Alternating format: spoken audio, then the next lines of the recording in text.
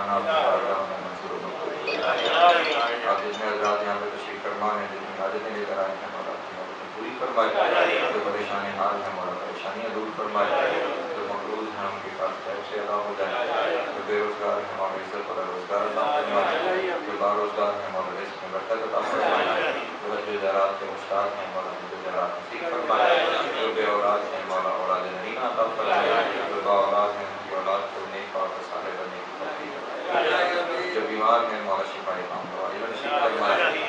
مرحومین آپ کے بانیان مجلس کے بالخصوص سید عباس علی نقوی میں سید ریاست علی نقوی، سیدہ نصرت فاطمہ نقوی بنت سید عباس علی نقوی، سلطانہ خاتون بنت سید علی محمد رضوی، رفعت زہرا بنت مہدی حسین، مولا ان سب کی قبر اور محشر کی منازل کو آسان فرمائے۔ اس کے علاوہ دیگر جتنے مومنین اس دنیا سے جا چکے ہیں بالخصوص جن کا کوئی دعا کرنے والا نہیں رہ گیا، مولا سب کی قبر اور محشر کی منازل شفاعت محمد و آل محمد نصیب ہو، حسین کی جنتوں میں اعلیٰ مقام ہے۔ لاکھوں دعاؤں کی ایک ہی دعا، وارث زمانہ کا جلد ہو جائے، ہم مولا کے نوکر چاکر شمار ہوں، امام کی قربت نصیب و دوری نصیب ہو، خاتمہ بالخیر و عقائد حقہ کے ساتھ۔ اللہم کن ولی پر حجت بن حسن صلوات علیہ وعلیہ وآلہ فی هذه الساعة وفي كل ساعة من ساعات الليل والنهار وليا وحافظا وقائدا وناصرا ودليلا معينا حتى تسكنه برزقه وتمتعه فيها طويلا۔ اللهم صل على محمد وعلى محمد وعلى فرجهم وسائر مخرجهم وعلقدوهم من الجن والانس من الاولين والآخرين يا قاشف الكرب عن وجه الحسين علیہ السلام اکشف کربی وکرب المؤمنین بحق عقیق الحسین علیہ السلام۔ ایسی صلوات پڑھیں کہ تمام دعائیں مستجاب۔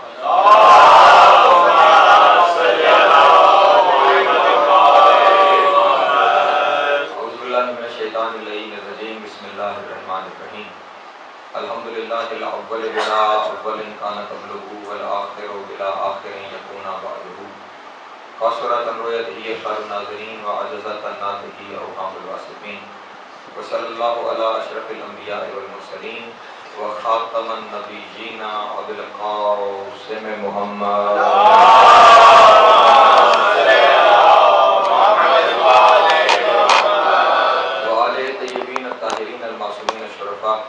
الذين أذهب الله عنهم الرجس وطهرهم تطهيرا۔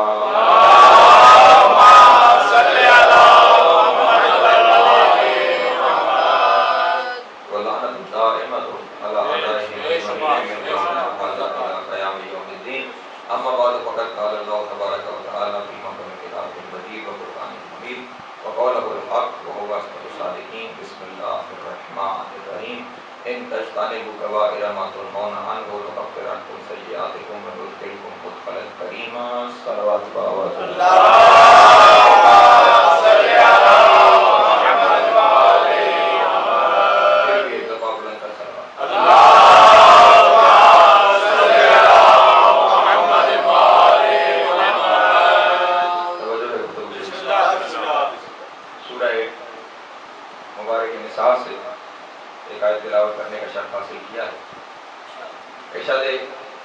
رب العزت ہو رہا ہے ان تجتنبوا کبائر ما تنہون عنہ، اگر تم لوگوں نے ان کبائر سے پرہیز کیا جن سے ہم نے تمہیں روکا ہے، نکفر عنکم سیئاتکم، تو پھر ہم تمہارے باقی گناہوں کو معاف کر دیں گے، وندخلکم مدخلا کریما، اور ہم تمہیں اپنی عزت والی جنت میں داخل کریں گے۔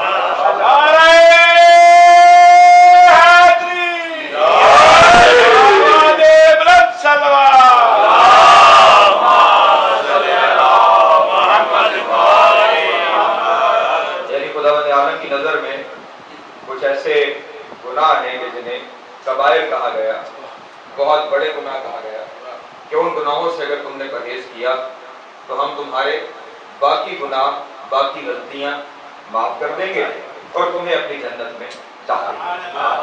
اب وہ بڑے گناہ ہیں کیا، وہ کون کون سے ہیں، یہ نہ اس آیت سے پہلے کسی آیت میں بتائے گئے، نہ اس آیت سے بعد کسی آیت میں بتائے گئے۔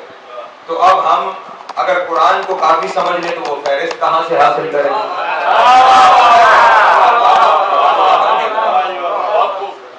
اگر ہم قرآن کافی سمجھ لیں اور اسے کافی سمجھ کے قبول بھی کر لیں تو ہمیں یہ تو کہہ دیا گیا کہ کبائر سے پرہیز کرو، لیکن وہ کبائر ہیں کیا؟ وہ نہ آیت کے سیاق میں ہے نہ آیت کے سباق میں ہے۔ اب ہمیں کہاں سے معلوم ہو کہ وہ کبائر ہیں کیا؟ تو پھر ہمیں ان کے دروازے پہ جانا پڑے گا جن کے ساتھ قرآن کافی ہے۔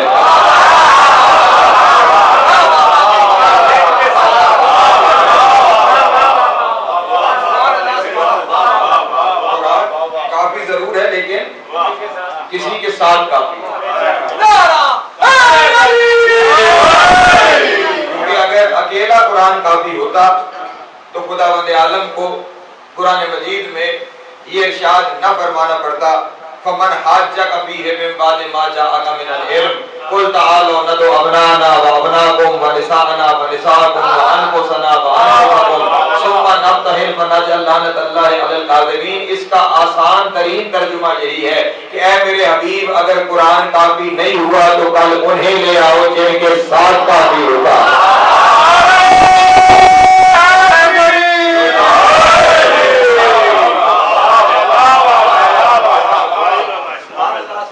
شروع یہی سے ہو رہی ہے کہ اگر علم آنے کے بعد بھی ابھی حاجت باقی ہے تو پھر ہم ان ہستیوں کو ساتھ لیے آتے ہیں تاکہ حجت تمام ہو جائے۔ تو اب ہمیں ان کے دروازے پہ جانا پڑے گا کہ جن کے ساتھ یہ قرآن کافی ہے۔ ان سے جب جا کے پوچھا گیا کہ یہ کبائر کیا ہیں کہ جن سے پرہیز کرنا ضروری ہے، تو انہوں نے ایک فہرست بتائی کبائر کی۔ وہ پوری فہرست اس وقت میرا موضوع نہیں ہے، صرف اس کا ایک حصہ میرا موضوع ہے۔ امام جعفر صادق علیہ السلام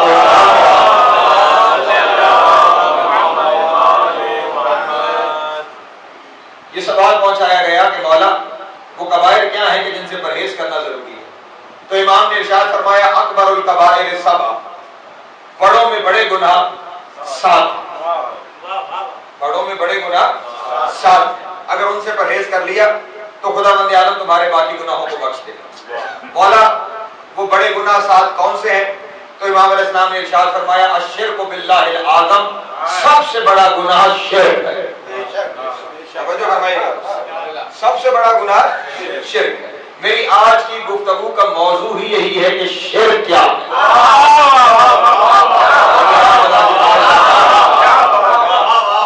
کیونکہ یہ ہماری امت کا سب سے ہاٹ ایشو ہے۔ اسی کی بنیاد پہ ایک دوسرے پہ مشرک کا فتویٰ لگاتا ہے، دوسرا تیسرے پہ لگاتا ہے اور تیسرا چوتھے پہ، اور اتنے فتوے لگتے ہیں کہ مواحد بچتا ہی کوئی نہیں۔ سب کے سب شرک کی زد میں آ جاتے ہیں، ہر ایک دوسرے پر فتویٰ لگایا چلا جا رہا ہے کہ یہ بھی مشرک ہے اور یہ بھی مشرک ہے، بغیر جانے کے شرک کہتے کسے۔ اگر آپ لوگ اس گفتگو میں میرے ساتھ شامل رہیں تو میں تمام مسالک کی ذمہ داری لیتے ہوئے ان سب کے یہاں شرک کیا ہے وہ بھی بیان کرنا چاہتا ہوں، اور پھر تقریر کے آخر میں وہ شرک بھی بتاؤں گا کہ جو شرک ائمہ نے بتایا ہے اور ہمیں اس سے بچنا ہے۔ تو نہیں ہونے ڈال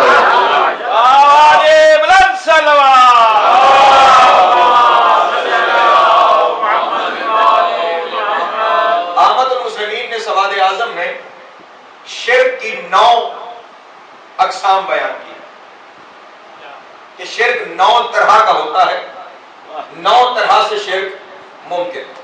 وہ 9 اقسام میں پہلے آپ کے سامنے بیان کرتا ہوں اور پھر اس ایک ایک قسم پہ بحث کرتے چلے جاتے ہیں۔ ممکن ہے 9 گھنٹے لگ ہی جائیں،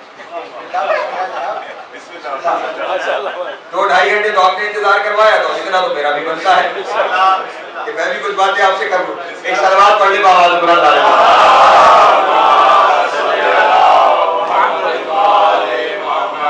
9 اقسام شرک کی علماء اسلام نے بیان کی۔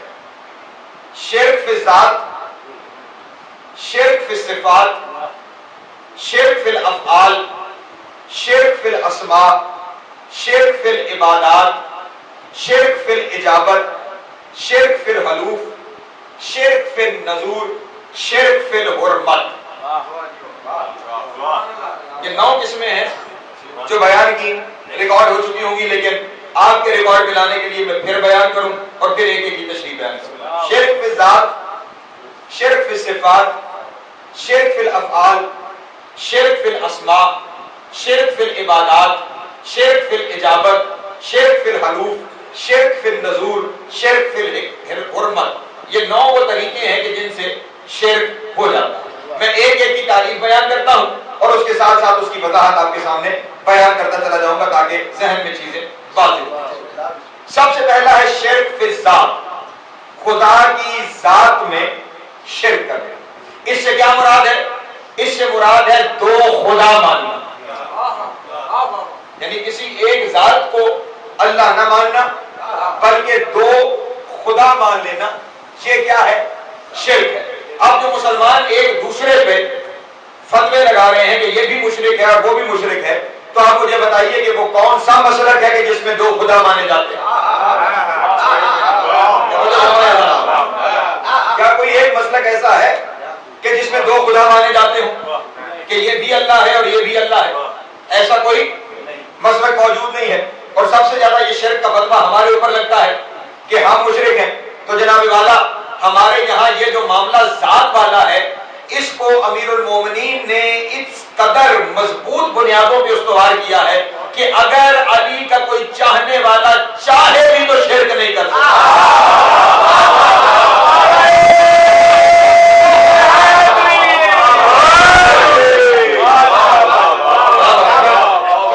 میں نے بڑا سمجھ کے یہ جملہ کہا ہے کہ اگر وہ چاہے بھی تو پھر بھی شرک نہیں کر سکتا. ٹھیک ہے، ہمارے یہاں ذات کو اس قدر مضبوط طریقے سے بیان کیا گیا ہے کہ شرک ممکن ہی نہیں. ہم میں اور باقی مسالک میں، یہاں پہ تشریح میں جانے سے پہلے جملہ گزارش کروں، ہمارے یہاں شرک ممکن ہی نہیں. اور ہمارے یہاں جتنے مسالک ہیں ان سب میں گنجائش ہے شرک موجود.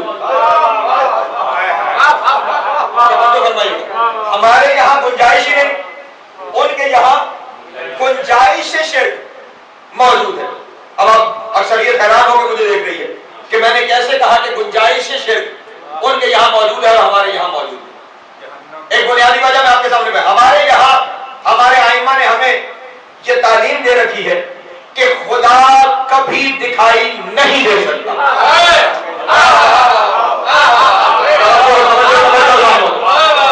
رویت خدا ممکن ہی نہیں، نہ یہاں نہ وہاں. وہ جس نے موسیٰ کو کہہ دیا تھا کہ لن ترانی، کبھی نہیں دیکھ سکتے، ممکن ہی نہیں ہے دیکھنا.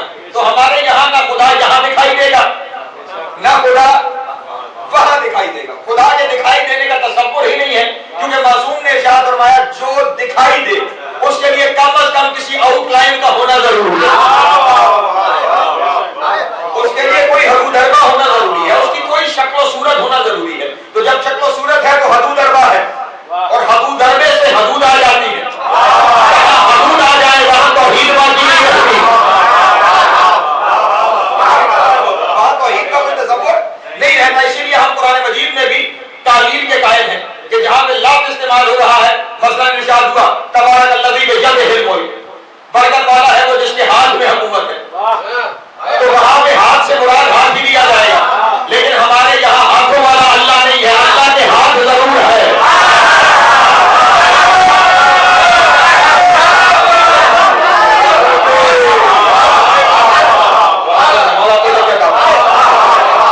ہاتھوں والا اللہ نہیں ہے ہمارے یہاں، اللہ کے ہاتھ ضرور ہے جن کی تشریح کر دی جائے گی.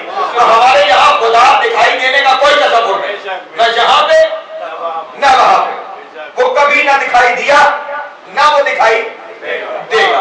لیکن باقی جتنے مسالک ہیں ان سب میں رویت خدا کا تصور موجود ہے کہ وہ یہاں تو دکھائی نہیں دیتا لیکن روز محشر کرسی پہ بیٹھا ہوا دکھائی دے گا.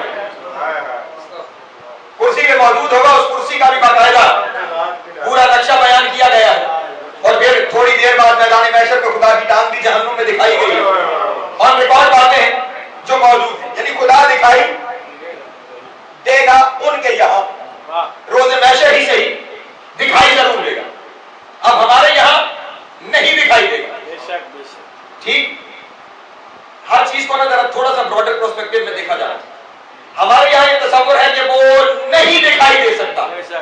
اس سے یہ بات بڑی واضح ہو گئی کہ جو جو دکھائی دیتا ہے ان میں کوئی خدا نہیں ہو سکتا.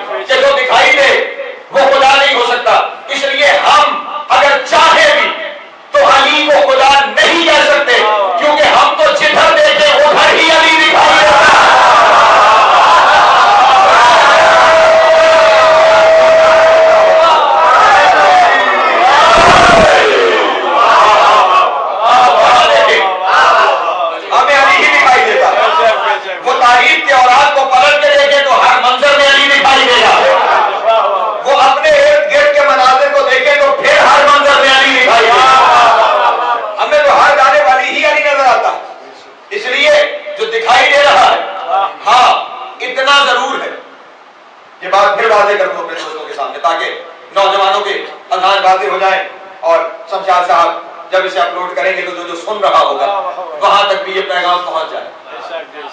وہ نہ یہاں دکھائی دیتا ہے نہ وہاں دکھائی دے گا, وہ دکھائی دے ہی نہیں سکتا. لیکن ہم اس بات کے ضرور قائل ہیں کہ ہم ان کے دیکھنے کو اس کا دیکھنا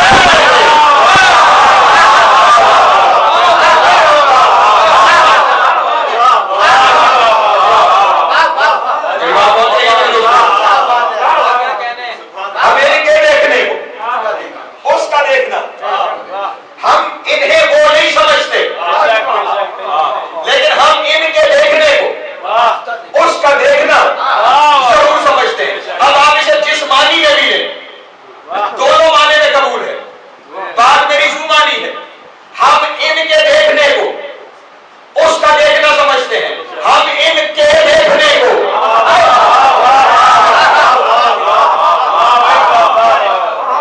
ہم اس کا دیکھنا سمجھتے ہیں. میں دلیل بھی پیش کر دوں آپ کے سامنے, ایک قرآن سے پیش کیے دیتا ہوں, ایک حدیث سے پیش کیے. امام موسیٰ کاظم علیہ السلام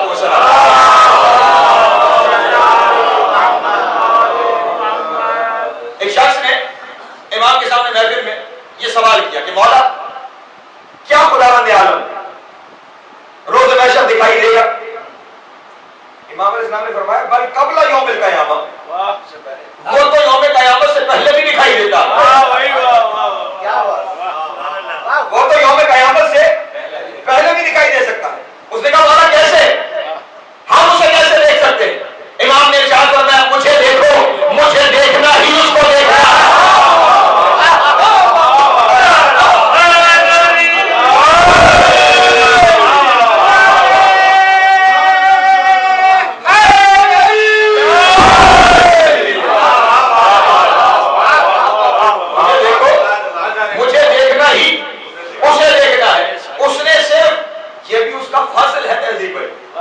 یہ اس کا کرم ہے, یہ اس کا احسان ہے, یہ اس کا لطف ہے کہ وہ تو سامنے آ نہیں سکتا, تو پھر ہم تو رویت الہی کے ثواب سے محروم رہ گئے. یہ اس نے کرم فرمایا کہ انہیں دیکھ لو ثواب وہی مل جائے گا.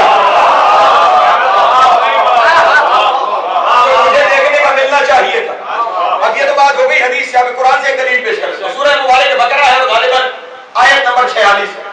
خداوند عالم مومنین کی نشانیاں بیان کرتے ہوئے یہ ارشاد فرما رہا ہے الذین یظنون انہم ملاقو ربہم, یہ جو مومن ہیں یہ اس بات کا یقین رکھتے ہیں کہ روز محشر ان کی ملاقات ان کے رب سے ہوگی.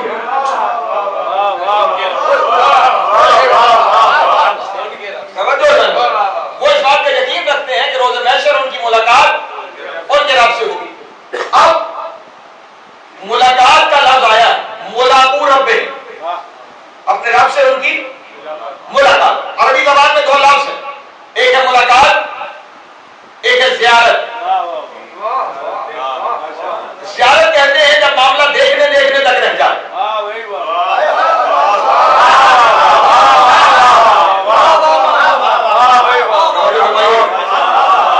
جب معاملہ دیکھنے دیکھنے تک رہ جائے تو زیارت. آپ جب جاتے ہیں مقام مقدسات پہ تو آپ کیا کہتے ہیں؟ زیارت کے لیے جاتے ہیں, کیونکہ معاملہ دیکھنے تک رہتا ہے. اب آپ دیکھ کے سب کچھ واپس آتے ہیں. اس سے اگلی منزل ہے ملاقات. زیارت ملاقات میں تب بدلتی ہے جب کم از کم مسافہ ہو جائے.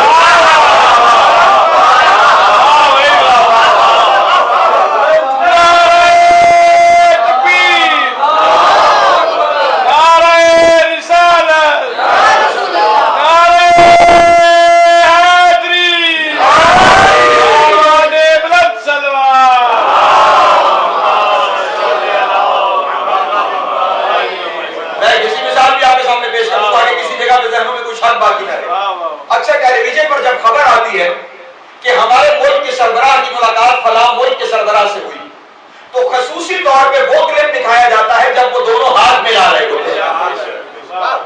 ٹھیک ہے, اور جب وہ تصویریں بھی وہ کھنچوا رہے ہوتے ہیں تو وہ آپ دیکھیں گے ذرا زیادہ شیک ہینڈ کرتے ہیں اور زیادہ دیر تک شیک ہینڈ کرتے ہیں تاکہ ملاقات کا ثبوت رہ جائے.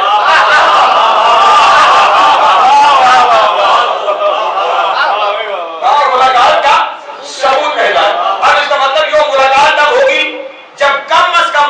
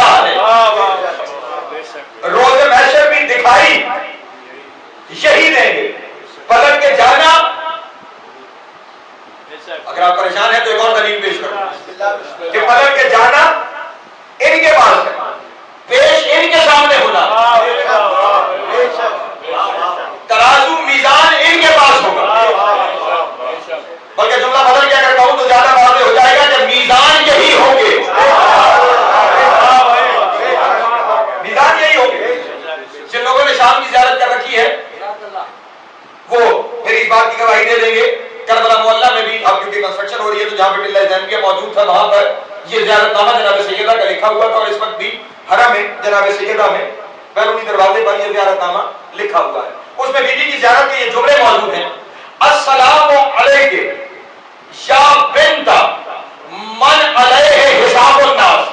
اس پر سلام جو اس کی بیٹی ہے جس کے ذمہ بندوں کا حساب ہے.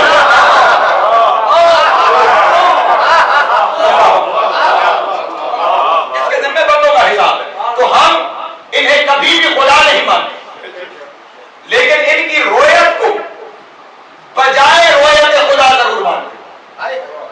یہ لفظ زیادہ مناسب ہو جائے. بجائے رویت خدا ان کی رویت کو مانا جاتا ہے. اس طرح ہمارے یہاں شرک فی ذات کی گنجائش ممکن ہی نہیں، کیونکہ ہم اس بات کے قائل ہیں کہ نہ وہ وہاں دکھائی دیا، نہ جہاں، اور نہ وہ کبھی بعد میں دکھائی دے گا. اس لیے ہمارے یہاں ذات کے شرک کی گنجائش تو ممکن ہی نہیں، ہو ہی نہیں سکتی. اس سے اگلا جو شرک بیان کیا گیا وہ ہے شرک فی صفات، کہ اللہ کی صفات میں کسی کو شریک کرنا. یہاں پہ اس بات کو ذہن میں محفوظ کر لیجئے، شرک فی صفات، کسی کو اللہ کی صفات میں شریک کرنا، یہ شرک تب ہوگا جب ہم کسی کو اپنی مرضی سے شریک کریں گے.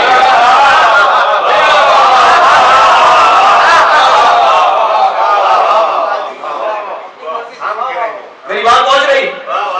اگر ہم شریک کریں تو وہ شرک ہوگا، اور اگر وہ شریک کرے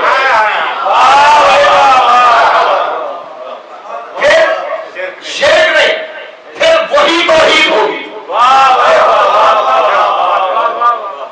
یہ جو تین شرک کی اقسام ہے نا، بظاہر یہ آپس میں بالکل مرج ہے، سنکرونائز. شرک فی صفات، شرک فی الافعال اور شرک فی الاسماء. یہ جو تین قسمیں ہیں یہ تینوں ایک دوسرے سے متصل ہیں. صفات ہی اسماء بنتے ہیں، صفات ہی افعال میں ڈھلتی ہے. رحیم ہونا اس کی صفت ہے، اور یہی رحیم اس کا اسم بھی ہے،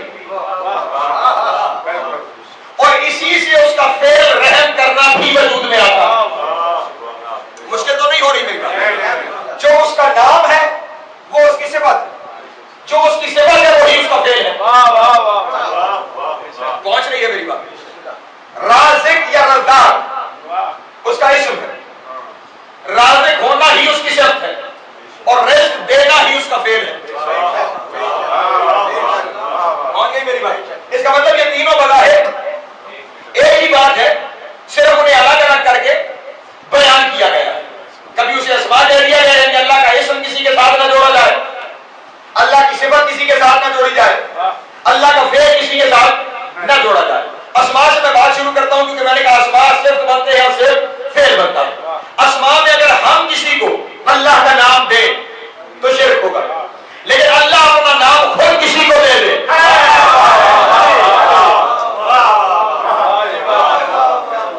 اس کی تشریح میں مجھے نہیں جانا چاہیے تھا، لیکن پھر بھی میں جا رہا ہوں کہ مجھے ابھی کہیں کہیں بات شاید پہنچتی ہوئی اس میں میری کمزوری ہے، دکھائی نہیں دے.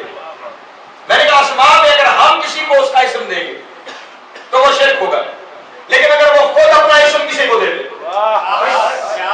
پھر شرک نہیں ہوگا، پھر آئے توحید ہوگی. اس کا اسم ہے کہ وہ رؤوف ہے، واللہ رؤوف بالعباد، قرآن مجید میں ارشاد فرمایا. اس کا اسم ہے کہ وہ رحیم ہے. یہ بھی اس نے قرآن مجید میں بات شروع یہی سے ہو رہی ہے، بسم اللہ الرحمن الرحیم. اب رؤوف بھی اس کا اسم، رحیم بھی اس کا اسم ہے. قرآن مجید اٹھا کے لے آئیے ممبر پہ، سورہ مبارک توبہ ہے، آیت نمبر 128. خدا بند عالم اپنے حبیب کے بارے میں ارشاد فرما رہا ہے، حریص علیکم وبالمؤمنین رؤوف رحیم. میرا حبیب مومنین کے لیے رؤوف بھی ہے اور رحیم بھی ہے.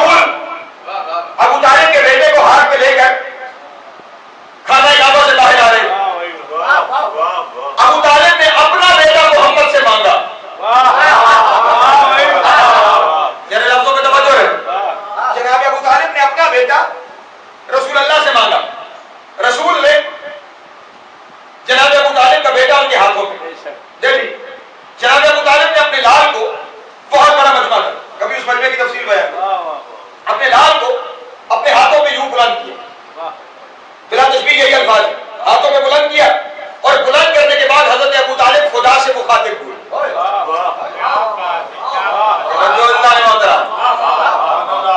خدا سے جناب ابو طالب مخاطب ہوئے. یا رب، 4 مصرے کہیں ہیں جناب ابو طالب جو دیوان ابو طالب میں موجود ہے. یا رب ھذا الغسق الدجی والقمر المبلج المضی بیکن لنا من امرک الخفی ماذا تری فی اسم ذا الصبی. کیونکہ اب صبح کا وقت ہے، اندھیرا پھیلا ہوا ہے، تو ارشاد فرما رہی ہے یا رب ھذا الغسق الدجی، اے اس پھیلی ہوئی تاریکی کے رب. اللہ اکبر. اب جانے کہ وہ اس تاریکی کا ذکر ہو رہا ہے یا اس جہالت کی تاریکی کا ذکر ہو رہا ہے. یا رب ھذا الغسق الدجی، اے اس پھیلی ہوئی تاریکی کے رب. اور پھر اگلے مصرے میں بھی میں نہیں جانتا کہ کس چاند کا ذکر ہے، اس چاند کا جو ہاتھوں میں اٹھا رکھا ہے یا اس چاند کا جو آسمان میں بلند. فرما رہے ہیں رب ھذا الغسق الدجی، اے اس پھیلی ہوئی تاریکی کے رب.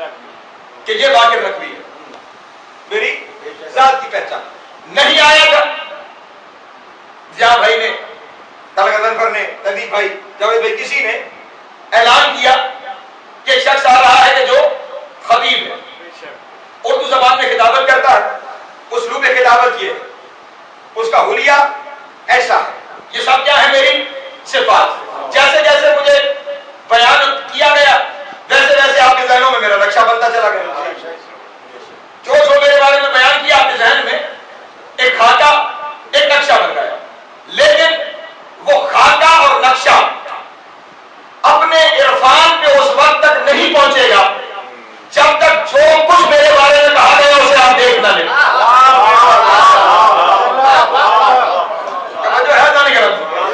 جب تک جو کچھ کہا گیا، انہوں نے کہا کہ وہ خطابت کرتا ہے اردو زبان میں، اور میں یہاں پر آ کر سرائکی میں شروع کروں تو ان کے بیان میں نقص یا میری ذات میں نقص، ٹھیک، یعنی جو کچھ میرے بارے میں کہا گیا اگر وہ میں آگے کر کے دکھاؤں گا تو پھر تو میری پہچان آپ کے ذہنوں میں آئے گی اور یقین بھی آپ کو آ جائے گا، اور اگر میں وہ کر کے نہ دکھا سکوں تو پھر معاملہ گڑبڑ رہے گا، ذہن میں خاکہ تو رہے گا، لیکن آپ جب آگے بات کو کوٹ کریں گے میرے بارے میں تو ریفرنس دیں گے کہ انہوں نے ان کے بارے میں یہ کہا، میں نہیں جانتا، توجہ ہماری گزارش کر رہا ہوں کہ انہوں نے ان کے بارے میں یہ کہا، میں نہیں جانتا کہ جو کچھ انہوں نے کہا وہ سچ بھی ہے یا نہیں ہے۔ اب خدا کو اس معاملے سے آگے لے کے جانا، کیونکہ اللہ کے معاملے میں منزل یقین کی ہونی چاہیے،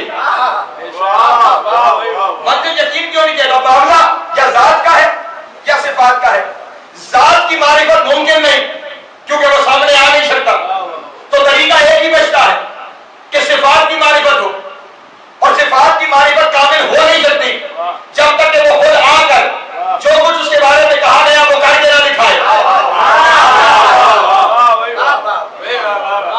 سیدھی منطق کی بات ہے، جب تک کہ وہ آگے کر کے نہ دکھائے اس وقت تک ہماری معرفت کامل نہیں ہو سکتی، اور مجبوری پھر وہی کہ وہ کمال ذات کی وجہ سے آ نہیں سکتا، تو ہم کیا کریں؟ ہمیں تو عرفان چاہیے، ہمیں تو یقین چاہیے، اس کے بعد تو طریقہ صرف ایک ہی بچتا ہے کہ درمیان میں کچھ ایسے ہونے چاہیے کہ کرتے وہ چلے جائیں کہ اللہ کا اس کا چلا جائے۔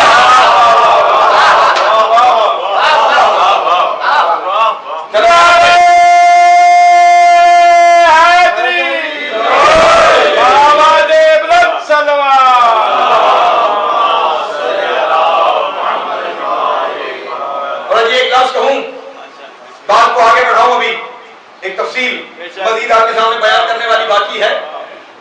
حضرت آدم سے لے کے جناب عیسیٰ تک جتنے انبیاء آئے ان کی زندگی میں کتنے حوالی رہے، ان کے ساتھی کتنے مومن رہے، معاملہ دہائیوں سے نکل کے سینکڑوں میں داخل نہیں ہوا۔ حضرت نوح علیہ السلام کی سب سے زیادہ تبلیغ ہے، تبلیغ کی کم از کم مدت 950 سال ہے، اور نتیجہ 80 بندے کشتی میں سوار جن میں ان کے اپنے گھر کے افراد، 80 لوگ کشتی میں سوار ہوئے۔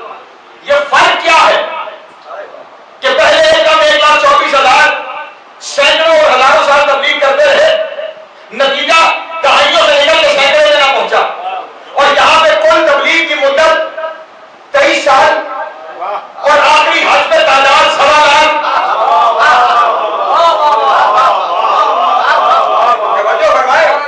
فرق کیا ہے جو وہاں اور یہاں ہے؟ فرق صرف اتنا ہے کہ ان سے پہلے جتنے آتے رہے وہ سب صرف بتاتے رہے کہ وہ یہ بھی کر سکتا ہے، وہ یہ بھی کر سکتا ہے، وہ یہ بھی کر سکتا ہے، وہ رزق بھی دیتا ہے، وہ موت بھی دیتا ہے، وہ زندگی بھی دیتا ہے، وہ اولاد بھی دیتا ہے، وہ سب صرف بتاتے تھے، انہوں نے بتایا نہیں، انہوں نے کر کے دکھایا۔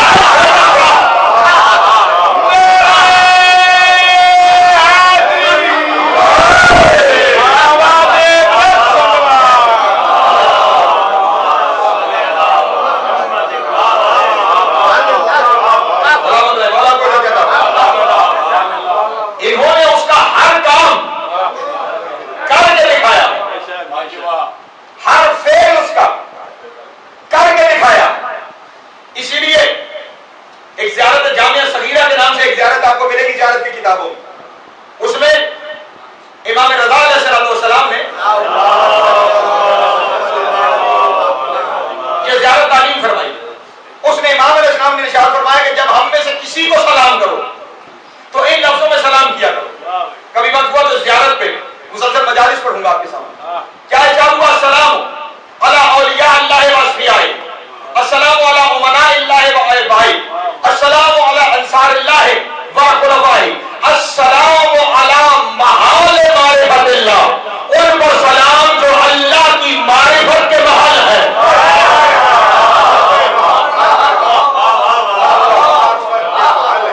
جو اس کی معرفت کے مکان ہیں، جو اس کی معرفت کی جگہ ہیں. کیوں؟ معرفت اس کے صرف صفات کی ممکن ہے اور اس کی صفات کا اظہار ان کے ذریعے ہے. اور کس قدر اظہار؟ ممکنہ حد سے آگے کا اظہار. توجہ فرمائیے گا. انسانوں میں ذہنی سطح مختلف ہے. ہر ایک انسان اپنے اپنے علم کے مطابق چیزوں کو مختلف انداز میں دیکھتا ہے. کسی کے یہاں قدرت صرف اتنی ہے کہ کوئی اسے اولاد دے دے. کسی کے یہاں قدرت کا معیار صرف اتنا ہے کہ وہ کسی بیمار کو شفا دے. کسی کے یہاں قدرت کا معیار صرف اتنا ہے کہ بھوکے تک کھانا پہنچ جائے، بے روزگار کو رزق مہیا ہو جائے. جس کی وہ سطح ہے وہ اسی سطح پہ سوچ رہا. کوئی ذرا اس سطح سے ماورا ہے اور اس کی نظر افلاک پر ہے تو اس کے یہاں قدرت یہ ہوگی کہ قادر تو وہ ہے کہ جو چاہے تو اس ڈوبے ہوئے سورج کو پلٹائے. توجہ ہے جان محترم. کیوں؟ اس کا ذرا معیار پڑ رہا ہے، اس کا پرسپیکٹو براڈ ہوتا چلا جا رہا ہے، وہ دور تک چیزوں کو دیکھتا چلا جا رہا ہے. یعنی جیسے جیسے سطح بلند ہو رہی ہے ویسے ویسے قدرت کا تصور بلند ہوتا چلا جا رہا ہے. تو اب یہ جو مظہر صفات الہی ہیں یہ کم از کم قدرت کی اس سطح پر ہونے چاہیے کہ جس سطح پر نسل انسانی کا عظیم ترین فرد دیکھ سکتا ہو. میں نے فکر آپ کے سامنے گزارش کر دیا، میں نے جملہ آپ کے سامنے گزارش کر دیا کہ جہاں پر سب سے زیادہ ترقی یافتہ ترین فرد قدرت کو دیکھ سکتا ہو ان کا اختیار اس سے آگے کا ہونا چاہیے. اگر آپ یہ نہ بھی مانیں کہ اللہ کی کلی قدرت یہ ہے تو کم از کم اتنا ماننا پڑے گا کہ جہاں ترقی یافتہ ترین افراد پہنچ سکے یہ اس سے آگے کھڑے ہوں. اپنی ضرورت ہے کیونکہ یہ تو سب کے لیے ہے نا. سب کے لیے معرفت کا ذریعہ یہی ہے. یا تو اللہ نے کسی میٹرک پاس کے لیے ذریعہ الگ رکھا ہو اور کسی ماسٹرز کے لیے یا پی ایچ ڈی کے لیے ذریعہ الگ رکھا ہو، پھر تو بات کچھ اور ہو سکتی ہے. لیکن جب ہر ایک کے لیے عرفان کا ذریعہ یہی ہے، ان کے علاوہ کوئی دوسرا رستہ عرفان الہی کا ہے ہی نہیں، تو پھر ان کا اختیار کم از کم وہاں ہونا چاہیے جہاں دنیا کا سب سے زیادہ ترقی یافتہ ترین فرد دیکھ سکتا ہو. اب آپ آج کے دور کے افراد مجھے بتائیں کہ آج کا سائنسدان کہاں تک دیکھ چکا ہے.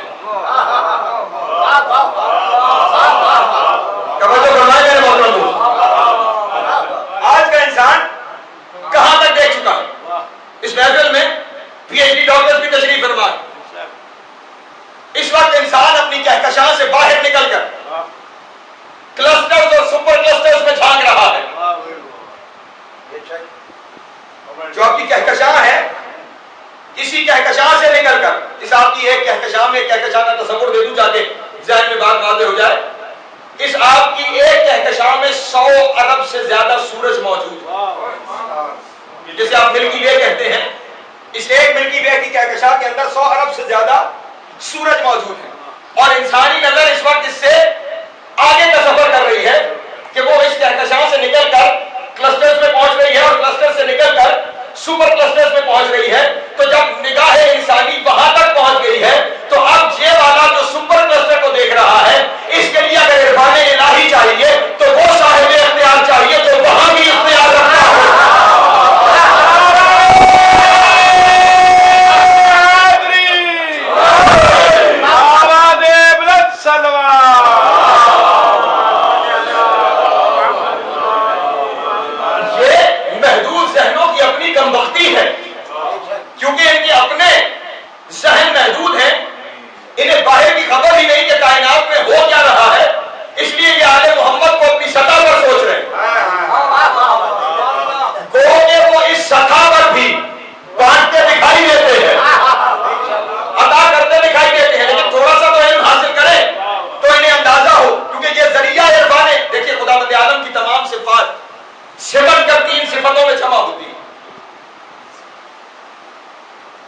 ہمارے یہاں یہ جو 99 صفاتی نام گنائے جاتے ہیں، یہ ہماری روزمرہ کی جو ضروریات ہیں ان کے مطابق، ورنہ معاملہ اس سے بہت آگے۔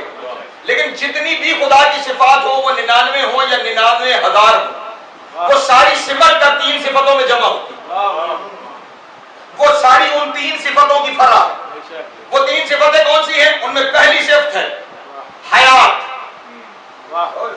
زندگی خدا کی۔ وہ پہلی صفت وہ کیا ہے؟ زندگی۔ اور کیا سی زندگی؟ اللہ لا الہ الا هو الحی القیوم، ایسا زندہ کہ جس کے لیے موت نہیں، بلکہ یہ بھی میرا ترجمہ غلط ہے، ایسا زندہ جو ہمیشہ سے زندہ ہے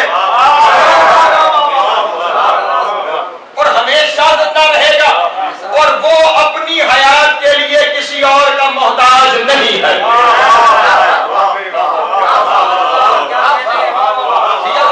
یہ اس کی پہلی صفت ہے۔ دوسری صفت قدرت، اختیار، یہ اس کی وہ دوسری صفت ہے جن میں باقی تمام صفتیں جمع ہو جاتی ہیں۔ اختیار ہوگا تو رزق دے گا، اختیار ہوگا تو رحم دے گا، اختیار ہوگا تو کسی پہ عذاب کرے گا۔ یعنی یہ باقی جتنی اب رحیم نکل رہی ہے، رازق نکل رہی ہے، قہار نکل رہی ہے، یہ ساری کس سے نکل رہی ہے؟ قدرت کی صفت سے نکل رہی ہے۔ تو پہلی صفت اس کی حیات، دوسری صفت اس کی قدرت، تیسری صفت ہے اس کی علم۔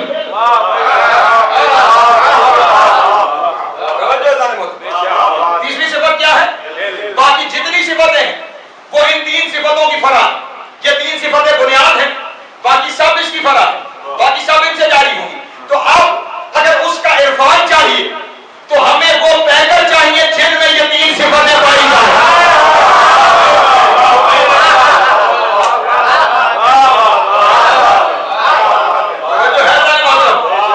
اور یہ 3 صفتیں اس حد تک کہ جہاں دنیا کا ترقی یافتہ ترین انسان آج نہیں، چاہے صدیوں بعد پہنچے، اس سے بھی آگے کی ہونی چاہیے۔ حیات، میں نے کہا ایسی حیات جس کی تشریح خدا نے خود آگے فرمائی، لا تأخذہ سنۃ ولا نوم، نہ اس میں نیند ہے نہ اس میں اونگ ہے۔ تو پھر ہمیں کوئی تو ایسا صاحب صفت چاہیے کہ جو نہ کبھی سویا ہو نہ کبھی اونگا ہو۔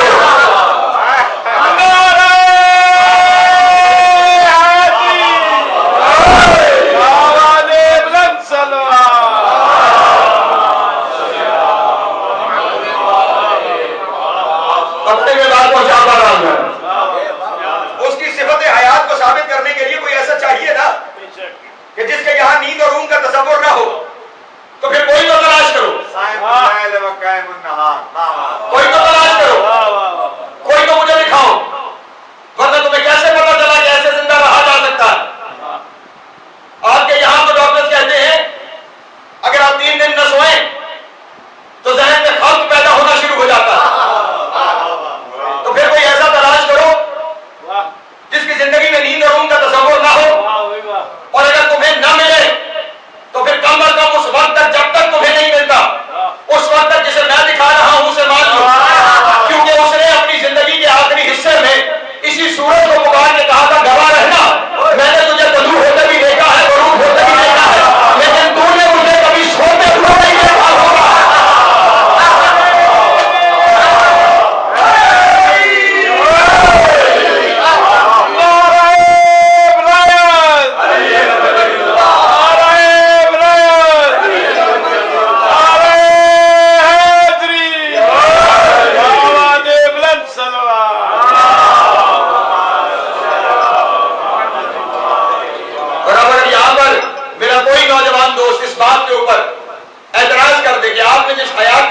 کیا تھا اس کی نشانیوں میں صرف نیند اور اونگ کا معاملہ نہیں ہے، اس کی نشانی اس سے آگے ہے کہ اس کی حیات کی ابتدا کا بھی نہیں پتا، اس کی حیات کی انتہا کا بھی نہیں پتا، لیکن آپ جس کا ذکر کر رہے ہیں وہ تو 13 رجب سن 30 عام الفیل دنیا میں آیا تھا، 21 رمضان سن 40 ہجری وہ دنیا سے چلا گیا تھا۔ تو جناب والا یہ 13 رجب 30 عام الفیل سن 21 رمضان 40 ہجری تک کا جو سپین ہے، یہ سپین آپ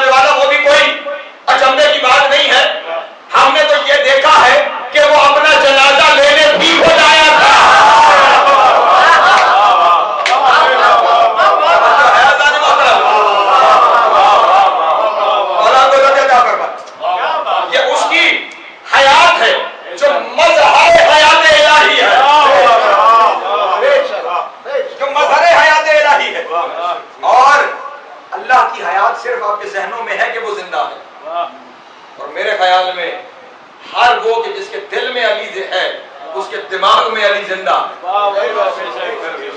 اگر نہ زندہ ہوتا تو یہ ہر مرحلے پر یا علی مدد کیسے. وہ حیات مسلسل تو یہ اس کی حیات کا مظہر بھی ہے, اس کی حیات کو ثابت کرتے, یہ اس کی قدرت کا مظہر بھی ہے, کیونکہ جس نے جیسے جیسے اس کی قدرت کا اظہار مانگا انہوں نے کر کے دکھایا. کسی نے مردے کی زندگی مانگی تو انہوں نے زندہ کر کے دکھایا. کسی زندہ نے خود کو مردہ کیا تو انہوں نے اسے کر کے دکھایا. میں واقعات بیان نہیں کرنا چاہتا, وقت نہیں ہے. جس نے جو اظہار چاہا وہ قدرت کا انہوں نے کر کے دکھایا. پوری زندگی میں ایک لمحہ ایسا نہیں کہ جہاں کہنے والے نے کچھ کہا ہو اور انہوں نے عاجزی کا اظہار کیا. اشرا نہیں, اس میں اشرے پڑھے جا سکتے ہیں کہ کس نے کب کیا مانگا اور انہوں نے جواب میں کر کے دکھایا. اس کی قدرت کی ہر چیز کا اظہار انہوں نے کر کے دکھایا.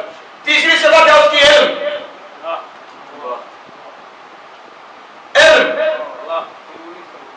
اب علم کے معاملے میں پہلے آپ کے سامنے گزارش کرتا ہوں کہ علم کل کہاں تھا اور آج کہاں ہے.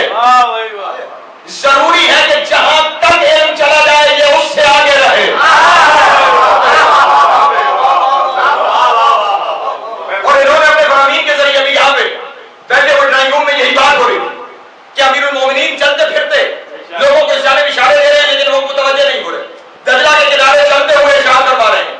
کاش ان میں یہ صلاحیت ہوتی اور یہ اس بات کو چاہتے تو میں گرتے ہوئے پانیوں سے ان کے گھروں کو روشن کرتا.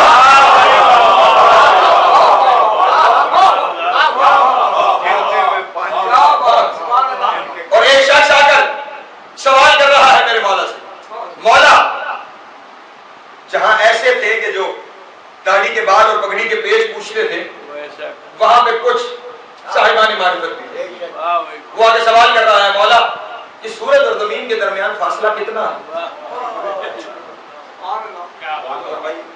اس سورج اور زمین کے درمیان فاصلہ کتنا ہے؟ امام نے فرمایا عربی النسل گھوڑے کو 500 سال دوڑایا جائے تو اتنا فاصلہ ہے سورج اور زمین کے درمیان.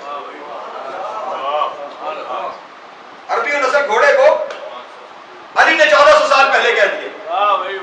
عرصے بعد کسی کو علی پہ تحقیق کرنے کا شوق ہوا, اس نے تجربہ کیا. اس نے جب گھوڑوں کو دوڑایا تو کچھ گھوڑے ایسے کہ جن کی رفتار 22 میل فی گھنٹہ تھی اور کچھ گھوڑے ایسے جن کی رفتار 21 میل فی گھنٹہ تھی. اور تجربات کو بار بار دہرانے کے بعد نتیجہ پھر یہی سامنے آ رہا. کچھ 22 میل فی گھنٹے پہ, کچھ 21 میل فی گھنٹے پہ. اس نے دونوں فگرز کو نوٹ کر دیا کہ کچھ گھوڑے میں نے دوڑائے وہ 22 میل کے فی گھنٹہ کی رفتار سے دوڑے. اگر اس حساب سے سورج کا فاصلہ میں نکالوں تو وہ 9 کروڑ 44 لاکھ میل بنتا ہے. اور اگر میں 21 کے حساب سے کروں تو وہ 9 کروڑ 14 لاکھ میل بنتا ہے. اس کا حساب اس نے دونوں فگرز کو اور ریکارڈ نوٹ کروا دیا. یہ صدیوں کی ترقی کے بعد انسان کو پتا چلا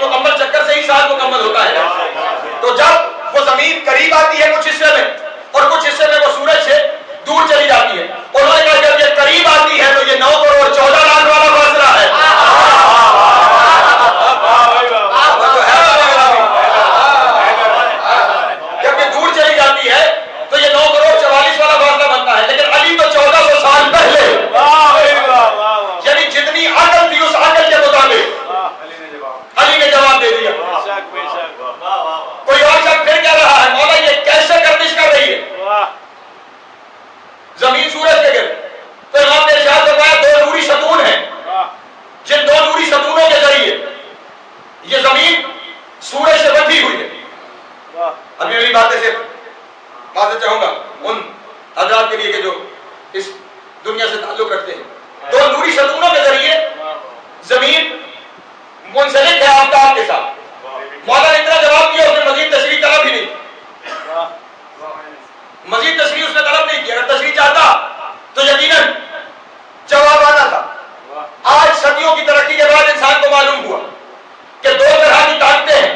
جب کوئی چیز کسی دائرے میں حرکت کرتی ہے تو 2 طاقتیں ہیں جو اسے اس دائرے میں رکھنے کا سبب بنتی ہیں.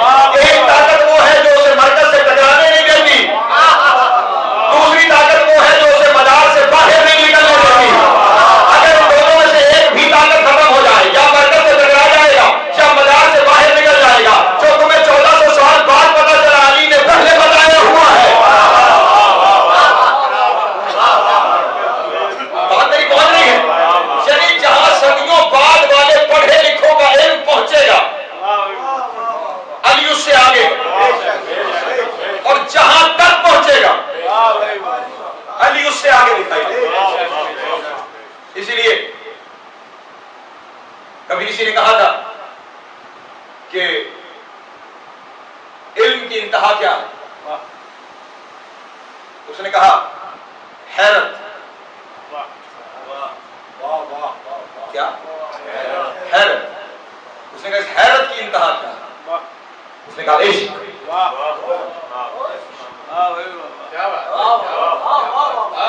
میں نے کچھ کہا, علم کی انتہا حیرت, حیرت کی انتہا عشق. علی وہ شاہکار قدرت ہے جو ہر عالم کو حیرت میں ڈالتا ہے, کیونکہ جہاں تک علم ترقی کرتا ہے علی اس سے آگے دکھائی دیتا ہے. وہ پھر وہاں پہنچتا ہے, علی اس سے آگے دکھائی دیتا ہے.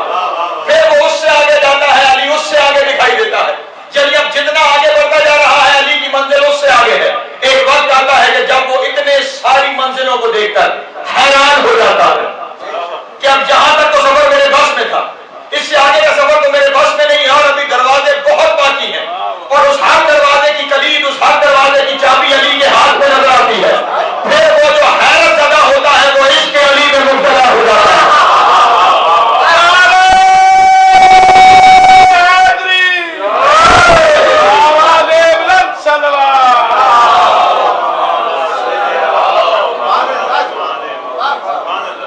جتنا وہ آگے بڑھتا چلا جاتا ہے اتنا اس کا علی سے عشق بڑھتا چلا جاتا ہے.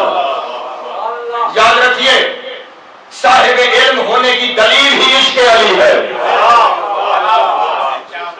صاحب علم ہونے کی دلیل بھی عشق علی ہے, صاحب عرفان ہونے کی دلیل بھی عشق علی ہے, عاشق ہونے کی دلیل بھی عشق. صفات, اسماء اور افعال اور ذات آپ کے سامنے بیان. اس کے بعد ہے شرک فی العبادت, کہ اس کے علاوہ کسی کی عبادت ممکن نہیں. اور یہ تصور ہمارے یہاں بڑا واضح ہے. ہم مصلی پہ کھڑے ہوں تو ہم کیا کہتے ہیں؟ قربتاً الی اللہ. حتیٰ کہ ہم اس قدر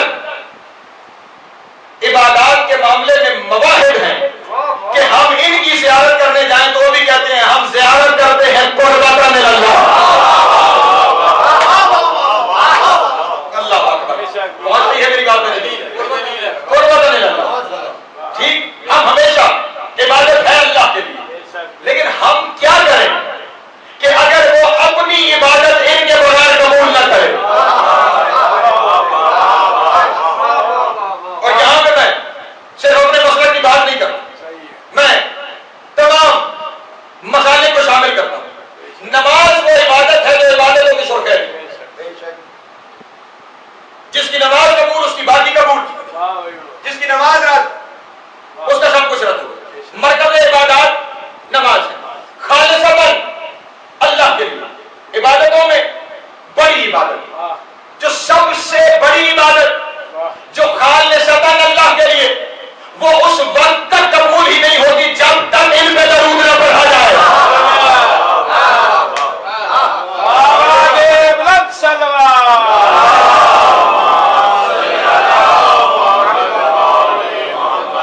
اور عجب بات ہے, جو شروع اس سے ہوئی تھی, آپ نے یہی سے شروع کی تھی نا, نماز پڑھتا ہوں قربتاً الی اللہ, شروع اس سے ہوئی تھی. جب ختم ہوئی تو یہ کھڑے تھے.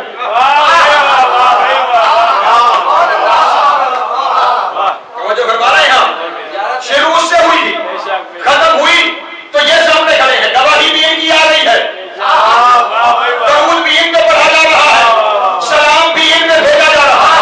شروع اس سے ہوئے، سامنے یہ کھڑے تھے، وہ تو ہر روز 5 وقت تمہیں نماز میں بتاتا ہے، مجھے ڈھونڈنے نکلو گے تو یہ ملے گا۔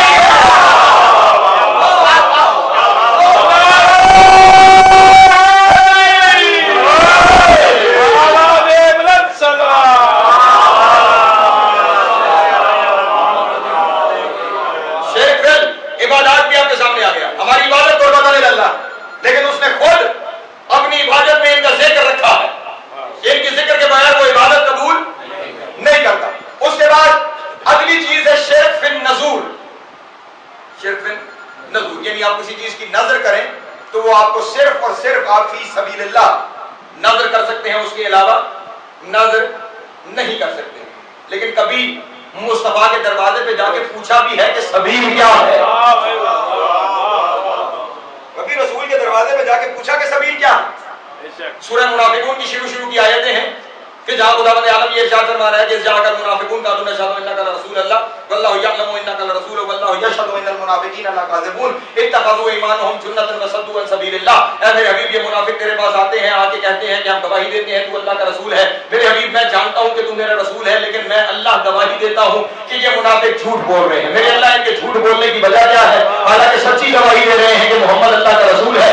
آواز گزرتا ہے اتخذوا ایمانهم جنة وصدوا عن سبيل الله۔ یہ اپنی جھوٹی قسموں کو ڈھال کر لوگوں کو سبیل سے روکتے ہیں، اس لیے ہم ان کے کلمے کو جھوٹا کہتے ہیں۔ یہ لوگوں کو سبیل سے روکتے ہیں، اس لیے ہم ان کے کلمے کو جھوٹا کہتے ہیں۔ میرے 5ویں امام سے سوال پوچھا گیا، یا مولا یہ بتائیے کہ یہ سبیل کیا ہے؟ امام نے ارشاد فرمایا سبیل فی القرآن ہے یا ولایت علی ابن ابی طالب۔ سبیل سے مراد صحابت علی کی ولایت، تو فی سبیل اللہ بھی معاملہ علی تک جائے گا۔ ٹھیک ہے، اس کے بعد اگلی منزل ہے شرک فی الحرمت۔ حرمت کہتے ہیں یعنی عزت اللہ کے سوا کسی کی نہیں۔ یہ انہوں نے یہ عزت حرمت عزت صرف اور صرف اللہ کی ہے۔ اس نظریے کے تو خود قائل نہیں۔ عزت کی متضاد ہے توہین۔ اگر عزت صرف اللہ کے لیے ہے پھر توہین بھی صرف اللہ کی ممکن ہے۔ اگر توہین صرف اللہ کی ممکن ہے تو یہ توہین کے قانون کیسے؟ نہیں توجہ فرما رہے، کہیں توہین رسالت کا قانون، کہیں توہین صحابہ کا قانون، اور اس سے بڑھ کر حد تک عزت کا قانون ہمارے لیے بھی موجود ہے کہ ہم کسی بھی حد تک عزت کا دعویٰ کر سکتے ہیں جب عزت ہے ہی اللہ کے لیے، کسی اور کے لیے ہے ہی نہیں، تو پھر آپ نے قانون کیسے بنائے؟ قدران والا خداوند عالم نے قرآن مجید میں خود ارشاد فرمایا ہے ان العزت للہ وللرسول وللمؤمنین ولکن المنافقین لا یعلمون۔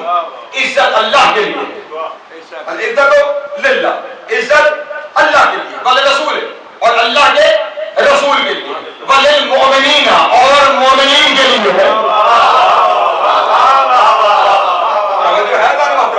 اس کا مطلب عزت بھی اور ہستیوں کے لیے موجود ہے۔ آپ کا یہ تصور غلط تصور ہے۔ اس کے بعد اگلا جو ہے وہ آخری حصہ وہ شرک کا یہ ہے شرک فی الحلوف، یعنی اللہ کے علاوہ کسی حلف کہتے ہیں قسم کے، اللہ کے علاوہ کسی کی قسم کھانا یہ شرک ہے۔ اور ہم پہ سب سے زیادہ یہ فتویٰ لگتا ہے علم کی قسم کھا رہے ہیں، قاضی کی قسم کھا لی، کسی پاکیزہ ہستی کی قسم کھا لی تو یہ شرک ہو گیا ہے۔ تو جناب والا یہ جس کے علاوہ کسی کی قسم کھانا شرک ہے نا، اس نے خود قرآن مجید میں اپنے علاوہ 87 قسمیں کھائی۔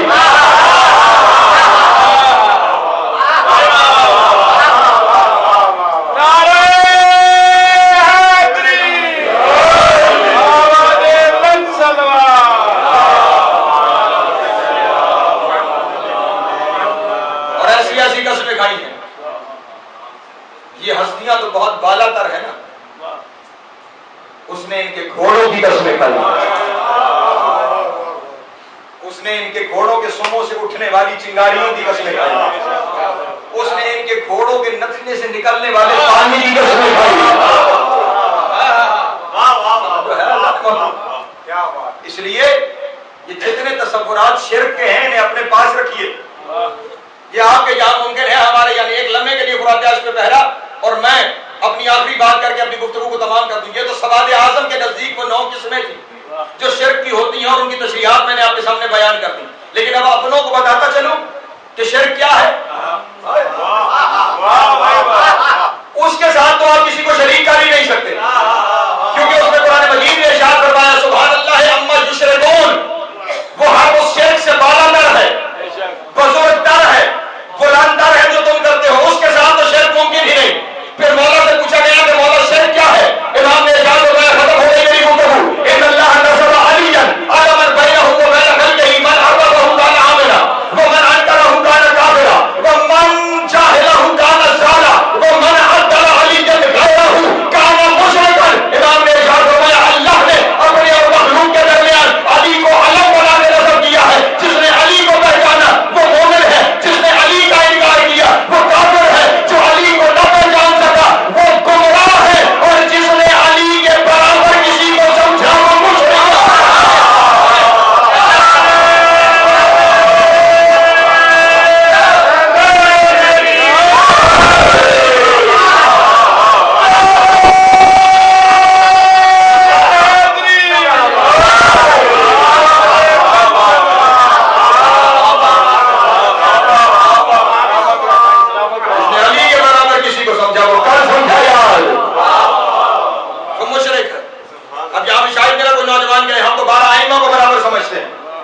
تو پھر کیا معاملہ شرک پہ چلا گیا؟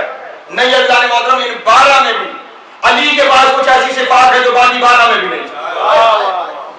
مثلا ایک ہی صفت امیر المومنین،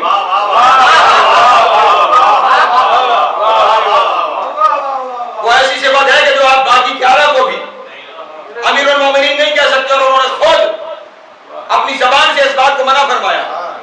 ہمارا مسلک، ہماری فکر جس ہستی کے ساتھ منسوب ہے، انہیں کسی نے امیر المومنین کہہ کے سلام کیا.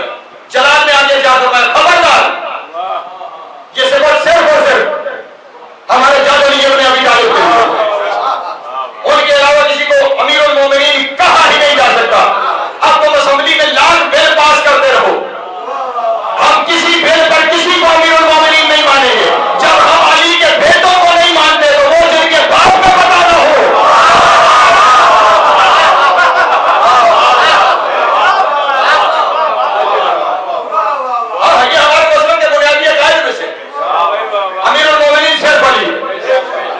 یہاں پہ کسی کو علی کے برابر لانا شرک ہو جائے.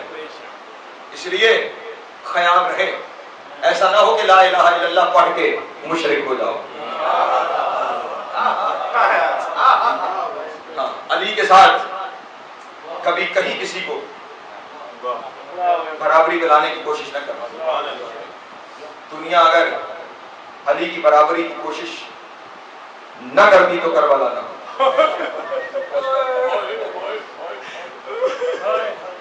جو علی و بطول کی بیٹیوں جنگلوں اور پہاڑوں میں سفر کرنے کو،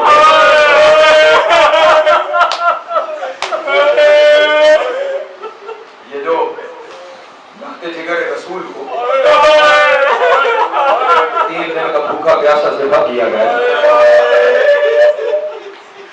ایک روایت میرے سامنے آ گئی ہے، بس 2 یا 3 منٹ کی زحمت ہے، اور اگر مجھے نہیں پتا کہ یہاں پہ کریا ہو پائے گا، اگر گھر جا کے بستر پہ اکیلے ایک لمحے کے لیے اس روایت تو یقیناً آنکھیں نم ہوں گی، اور اس وقت اس فقیر کے لیے دعا ضرور کر دیجیے گا.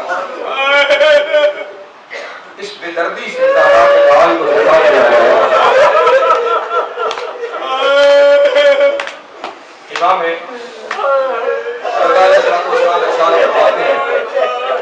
اپنی جب کی شہادت بیان فرما رہے ہیں اور ارشاد فرماتے ہیں میرے صبح کل کبش، میرے جب کو ایسے ذبح کیا گیا جیسے بھیڑ کو.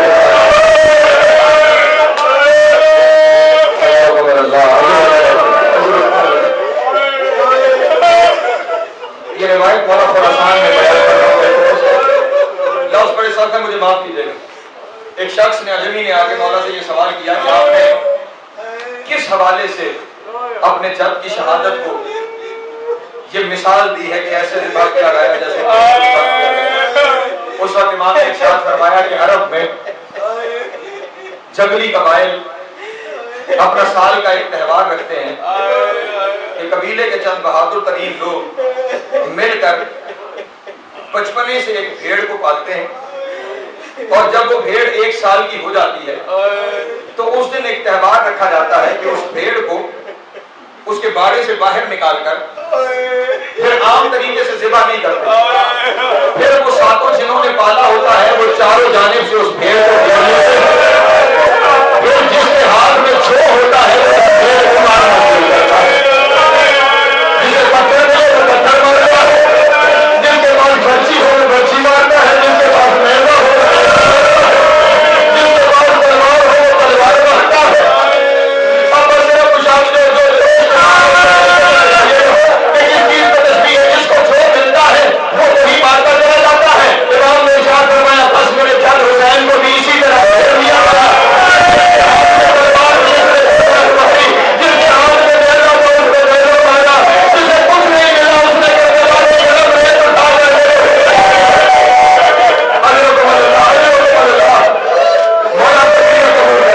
لیکن اس سے آگے کا جو لفظ ہے نا، اس سے آگے کا جو لفظ ہے وہ 7 لفظ ہے اپنی زندگی میں پہلی دفعہ پھر سے وہ لفظ پڑھنے جا رہا ہوں، اس لیے ہاتھ کو اٹھال کر آپ کے سامنے وہ لفظ پڑھنے جا رہا ہوں۔ امام نے ارشاد فرمایا جب وہ بھیڑ زخمی ہو کے گر جاتی ہے نا، اب اس میں چلنے کی ہمت نہیں رہتی، تو وہ لوگ اس وقت بھی اپنے اس ظالمانہ فعل سے باز نہیں آتے، ان میں سے ایک شخص نیزہ اٹھا کے اس بھیڑ کی حلقوم میں مارتا ہے،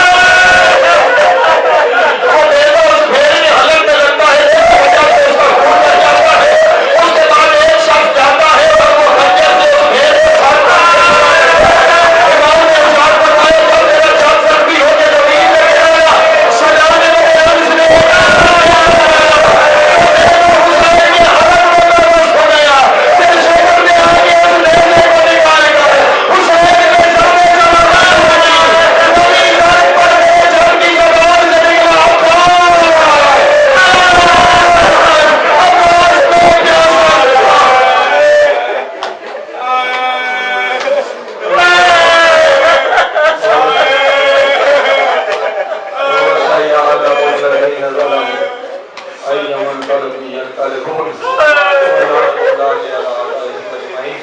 یا اللہ ہماری اس عبادت کو اپنی بارگاہ میں اس کے صدقے حاضرین قربانیان پر رحمت و نزول، جن مرحومین کی بلندی درجات کے لیے اس مجلس میں صدقہ انعقاد کیا گیا، ان کی قبر میں شرف نازل کو آسان، شفاعت محمد وآل محمد رسول حسین کی جنتوں میں اعلیٰ مقام، لاکھوں دعاؤں کی ایک ہی دعا، وارث غم حسین کا ظہور چاہتا ہے، وہ تشریف لے آئیں اور اپنے جد پہ ہونے والے ہاڑے جو ظلم کا بدلہ دے سکتے، وہ تشریف لے آئیں اپنی دادی کی ٹوٹی ہوئی پسلیوں کا بدلہ دے سکتے، وہ تشریف لے آئیں شہزادی سکینہ کے پاؤں میں چبھنے والے ہر پانچے ہمیں ان کے نوکر چاکروں میں شمار کریں، امام کی قربت نصیب حضوری خاتمہ بالخیر ہوا قائد اللہم کن لولیک الحجۃ ابن الحسن صلواتک علیہ وعلی آلہ فی هذه الساعة وفی کل ساعة من ساعة الليل والنہار ولیا وحافظا وقائدا وناصرا ودلیلا معینا حتی تسکنہ